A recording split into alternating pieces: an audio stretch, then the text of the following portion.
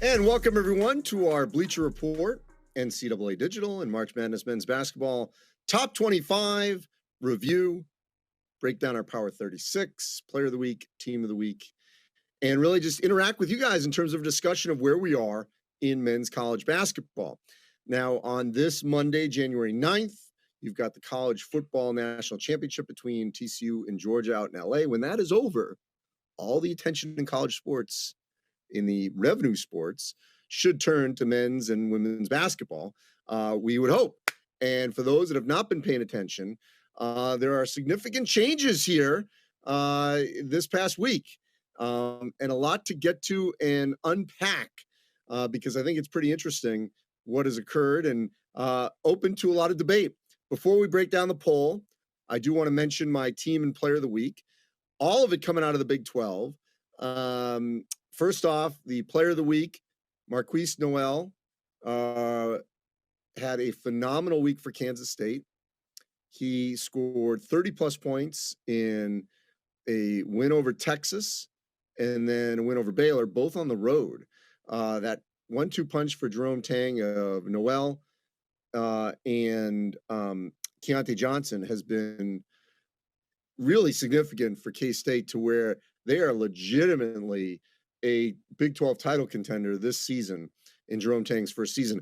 In fact, I think there's a little bit of a parallel between what Tang is doing at K-State and what Tommy Lloyd did last year at Arizona, their first year, their first head coaching job, after being longtime assistants. Tang at Baylor for Scott Drew, of course, Tommy Lloyd for Mark Few at Gonzaga. My team of the week, Iowa State. Iowa State, early in the season, got that win over North Carolina when they were number one out in Portland. I was there for that. And then they lost to Iowa, just a tiny bit of a hiccup. They're now back up. And they had two great road wins in the Big 12, where they knocked off Oklahoma and TCU on a Gabe Kauscher three-pointer. So a great week for Iowa State, two road wins. K-State, two road wins in arguably the most competitive league, the Big 12. Ties all in that in my Power 36, I had Kansas number one, because the Jayhawks went on the road and won at Texas Tech and at West Virginia. So if you can see the trend there, three Big 12 teams, player, team, and my number one, all winning on the road this week in the Big 12, which is not easy to do. And, I kind of think that was a pretty unique week for all of that to happen in one 7-day period. But there's a new number one in the EP Top 25 that I hemmed and hawed a little bit. And as you can see on your screen, it is Houston. So Purdue and Kansas, as I said, Kansas won its two road games. I had Purdue 2, Kansas 1, Houston 3, I believe. I have to see if that's correct, but 3 or 4. I'm trying to remember. I saw this. Look, the American is not the same as the Big 12 and the Big 10. Let's be honest. It is not. But they're winning the games on their schedule. They knocked off Cincinnati on the road on Sunday. So I don't have a problem with Houston being number one. As you can see, in terms of vote total points, the way the AP does it, it's pretty close with Houston and Kansas, a difference of 17 total points. And Purdue wasn't that far behind. Here's the deal with Purdue. So Purdue goes and loses at home right at the end of Rutgers. Fletcher Lawyer hit a big-time shot, looked like it was over. Then Cam Spencer turns around and hits the dagger to win the game. So they lose on a last possession, essentially. Then they go on the road to Ohio State, beat Ohio State. Great win. Fletcher Lawyer hits that shot, the freshman guard. And then on Sunday, I was there on Sunday. Sunday, Purdue plays Penn State at the Plestra, historic venue. Most college basketball games have ever been played in any arena at the Plestra. It was deemed initially a neutral game. It was a road game. And I hope in the net and all other metrics, I hope it is viewed as such, because it was Penn State's home game in every facet. They controlled all the tickets. Everyone was wearing white. The video board, everything was Penn State. Great atmosphere. intimate, sold out, and Purdue won the game. So Purdue goes 2-1, where their one loss is essentially the last possession against Rutgers, and they win at Ohio State and a de facto at Penn State.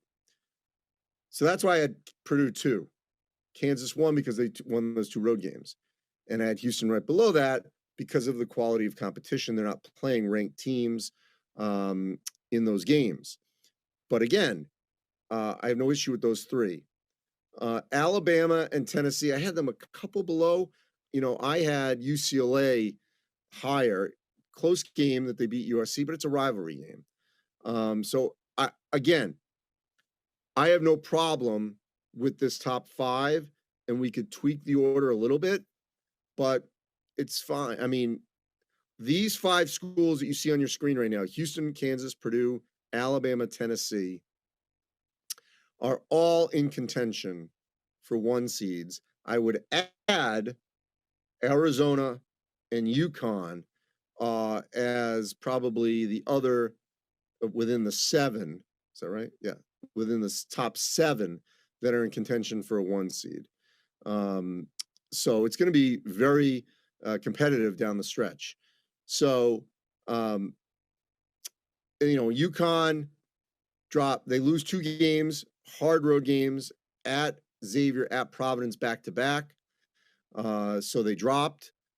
Natural. Gonzaga is now winning close games on the road, and I will say this again.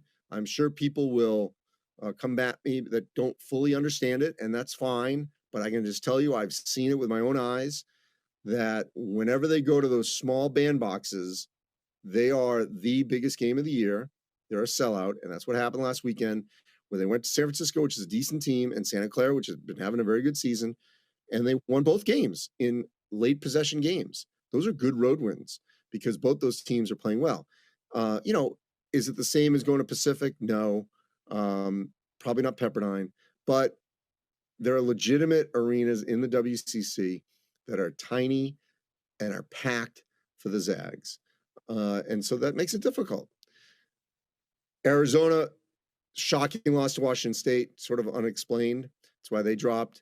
Texas loses that game to K-State. I would have flipped that, and I had K-State in my top 10.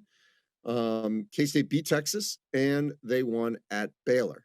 So kind of hard not to, include them. Xavier had a great week, beating UConn and winning at Villanova. I think Virginia's too high at 13. I would have dropped them because, they lost this past week. Iowa State, I moved way up because of those road wins as my team of the week. Arkansas, the Arkansas fans are all over me for dropping them out of my poll, but they're missing their 2 best players. They've lost 2 of their last 3. So Arkansas fans can come at me, and that's fine. If they were healthy, I still believe in them, but you've got to deal with what you see in terms of results. 2 of their last 3 losses, and they're missing their 2 best players. Miami, TCU. Miami had a bad loss to Georgia Tech. TCU, that crushing defeat to Iowa State. Wisconsin lost to Illinois. I would have dropped them, even though Tyler Waller didn't play. Providence, I'm glad they're in the top 25 because they've had a great season. They're undefeated atop the Big East. Much better Big East than non-con. They didn't have a bad loss in the non-con, but they just didn't have a good win. Missouri, back in. Auburn, I like that. College of Charleston, good that they're in there at 22. I think they've won 14 or 15 in a row, 1 loss. Top of the Colonial, so they're having a great year. San Diego State replaces New Mexico for me in the poll and here with the Aztecs now atop the Mountain West again. Marquette's on a nice tear. The Duke staying in the top 25. I dropped them out of the top 25, and a couple reasons. One, they lost badly to NC State. They did beat BC. No Jeremy Roach, but it was a 1-possession game. So, you could make the argument that they should be out. So, overall, feel pretty good with the top 25 this week.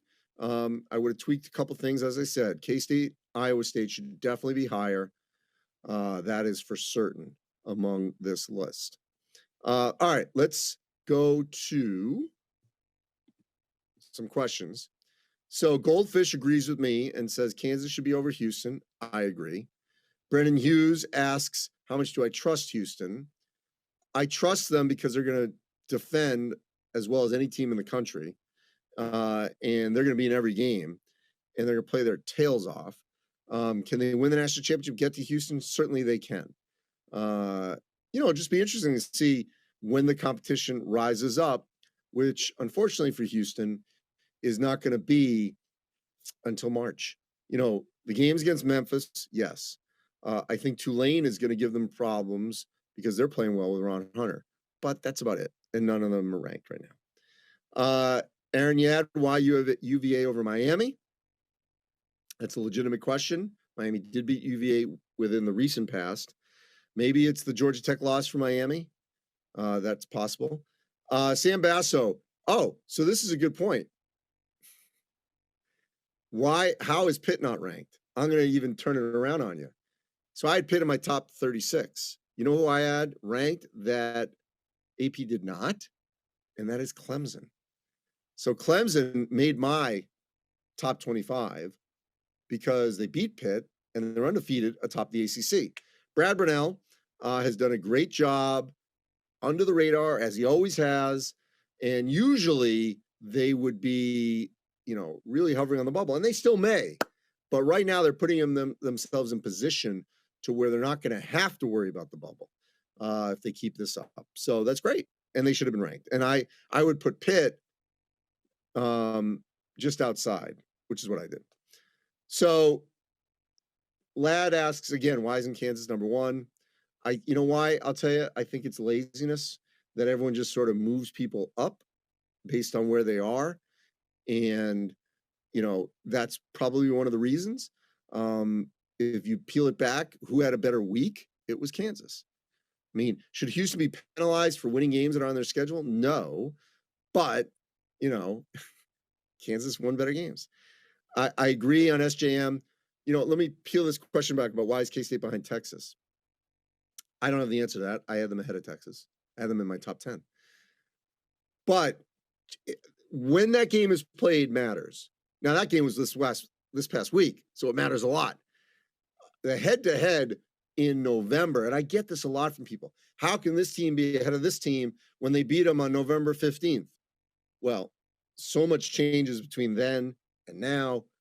How are you playing now? Who's even playing for you now?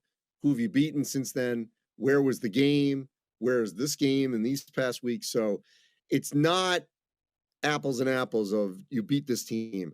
Context matters. In the rankings, for sure it matters of when that game was played and where it was played. So to your question, yes, it was just this past week. So no, Texas should not be ahead of K-State, especially because K-State's undefeated and then won another road game and won at Baylor. Jared says, where would I put Rutgers? I had Rutgers at the back end. Wait, did I drop them out? No, I'm trying to remember. So Rutgers, I had them, at the back end.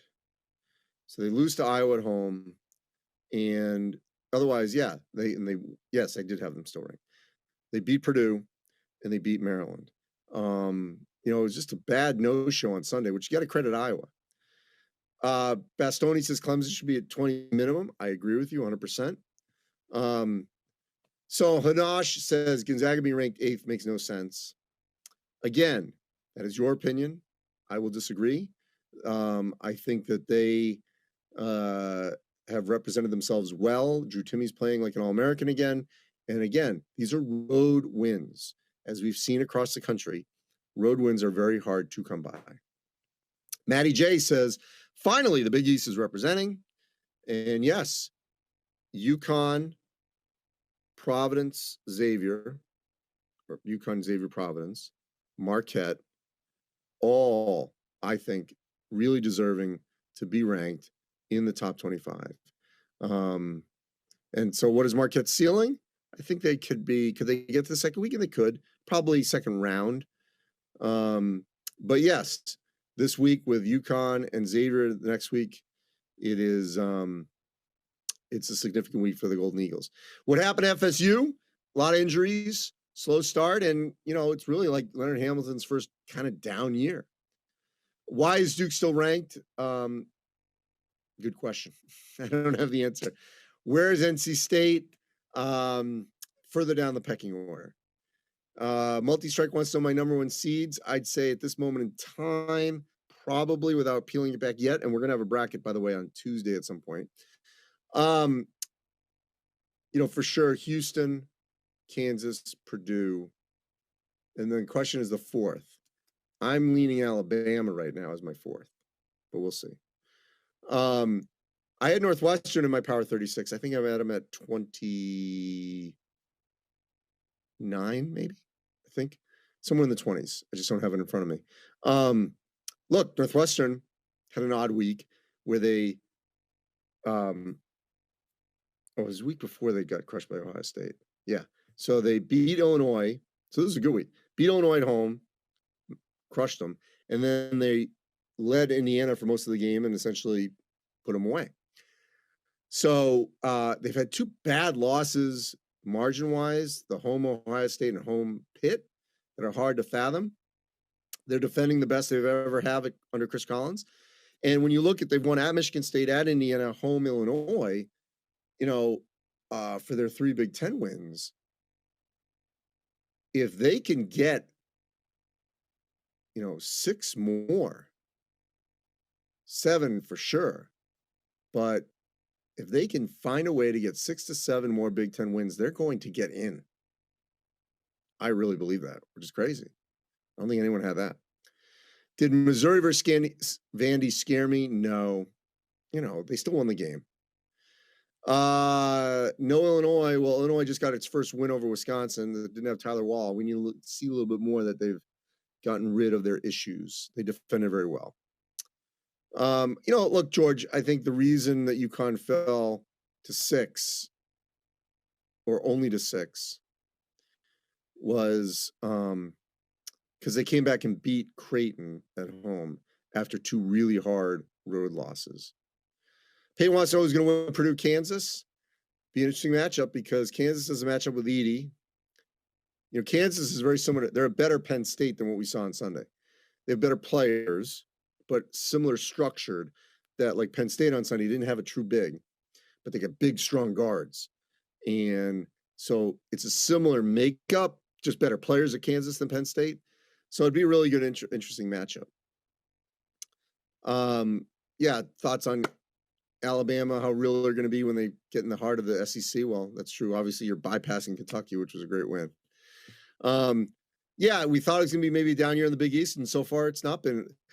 But there have been teams that have disappointed. St. John's for sure. Villanova had a lot of injuries, so that's true. Bryant, the Duke being ranked still in no NC State. It's a good question. You could argue maybe Duke shouldn't be ranked at all, but NC State's got some warts. But Duke did lose big to, Wake and NC State. I don't think Camden, that Bama is overrated, so I disagree with you. John Taylor, where is Clemson? I agree. So they're going to use this, I'm sure, because this is clearly, part of their MO, which I think is legitimate here. All right, so let's just pause for the questions and look at the upcoming games. Tuesday night, you got Michigan State at Wisconsin. We'll wait and see if Tyler Wall plays, which would be significant for the Badgers. Michigan State's playing well, just beat Michigan. Oklahoma is struggling, so I fully expect Kansas to win that game. Then you got Carolina at Virginia. Really interesting. Carolina looked really good against Notre Dame. Did lose to Pitt, but it was late on the road. And Virginia, obviously plays Carolina well. I don't know. That's going to be a really interesting game, especially how Virginia guards Baycott, because Baycott's playing really well. On Wednesday, great test for UConn again to go to Marquette. And Marquette, as we know, is playing really well. Alabama at Arkansas. This is a really intriguing game for Arkansas. More so, because the pressure's on Arkansas. You're missing your 2 best players, or 2 of your best players. The young team, very talented young team. And Alabama coming in sky high off of beating Kentucky by 26. Arkansas just lost to Auburn. They lost to LSU the week before. So The question then is, at some point, Arkansas is going to have to beat the teams that are in their neighborhood if they want to stay in that neighborhood. Indiana at Penn State, real intriguing game. Penn State really needs that game, to be honest. Indiana's hanging around with a resume that's okay, certainly with the wins over Xavier on the road and Carolina at home. Those are their best wins. They don't have anything to show for themselves significantly in the Big Ten yet. So this is a big game for them on the road. No Race Thompson, no Xavier Johnson means two of their best defensive players are not in the lineup. Jalen Hood-Schifino is playing as well as any freshman guard this past week. Okay, context. He had a great week. The Indiana didn't, but he did.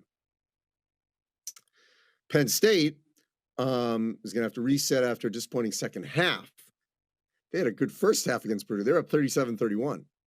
So we'll see how they handle this bounce back because they're going to need this game. Now, that game will be in State College, and the students are back this week. TCU at Texas. TCU is feeling a little burned after getting losing on a late possession to Iowa State, Gabe Kauscher, with the three-pointer. And Texas, now that we know that Rodney Terry is the full-time interim coach, not just the acting interim coach, full-time interim coach. But look, Texas has played well without Chris Beard, and they lost late possession. But I think this will be an intriguing game. Utah, UCLA, disappointing game for Utah against Oregon. That would be great for Utah to get that one. UCLA, rivalry game. I'm going to give them a pass. And it's USC's not, they're decent. And it came down to late possession. Nebraska, Purdue. Purdue's going to crush them, even though Nebraska won at Minnesota. Kentucky, Tennessee. How about that for Kentucky? Back-to-back Saturdays at Alabama, at Tennessee. Wow. To me, and people may mock me saying this, for me, I want to see Kentucky play well. They played well against LSU at home.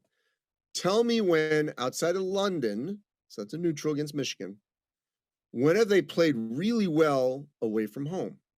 Didn't against Gonzaga, lost in Indianapolis. I know it was double overtime, but they didn't play great against Michigan State. Casey Wallace played well in that game. And I know Oscar Tshiebwe was just coming back, but still. They got to play well. Whether they win or not, they should play well against Tennessee. Miami, NC State, all these NC State fans, where's NC State? Well, win that game, and then maybe they will be.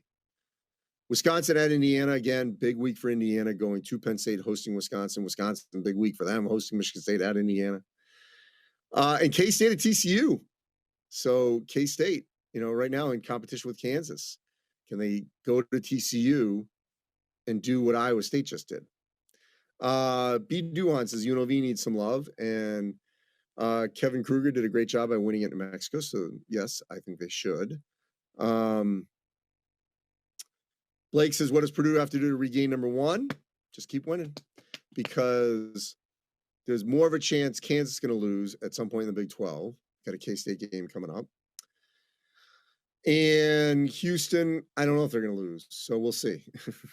They may hold it for a while. I agree. We've addressed Clemson. More love for Houston and their guards. I agree with that. By the way, we've talked about National Player of the Year, the Naismith Award. And last week, when Purdue, or earlier even the week, when they lost to Rutgers, and the week before, they struggled a little even though they won, I was starting to think, okay, Zach Edey's got some company. And Azuolas Tubelis was playing great for Arizona. Jalen Wilson still playing really well for Kansas. Drew Timme started to play really well. Sasser from Houston. So you could start to make some arguments like he's got some company. And he still may. But his performance on Sunday was a separator. 30-13. And granted, Penn State did not have a matchup for him. But it was like, Gulliver's Travels, if I could speak correctly. I mean, he was just like this giant among these little people, the Lilliputians, and he's just catching it, boop, catching it in, catching it in. It was just a joke how easy he was scoring. against Penn State. So he finished with 30 and 13.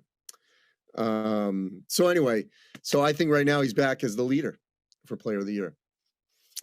Max wants to know why UConn was overlooked at the beginning of the season. First of all, I mean, we didn't know how good the freshman transfer class was. No one knew Donovan Clingan, for example, from Bristol, Connecticut. And Sonogo hadn't been fully healthy throughout his career. Maybe that was one reason. They lost to New Mexico State in the first round of the tournament. So there was reason to be maybe a little skeptical.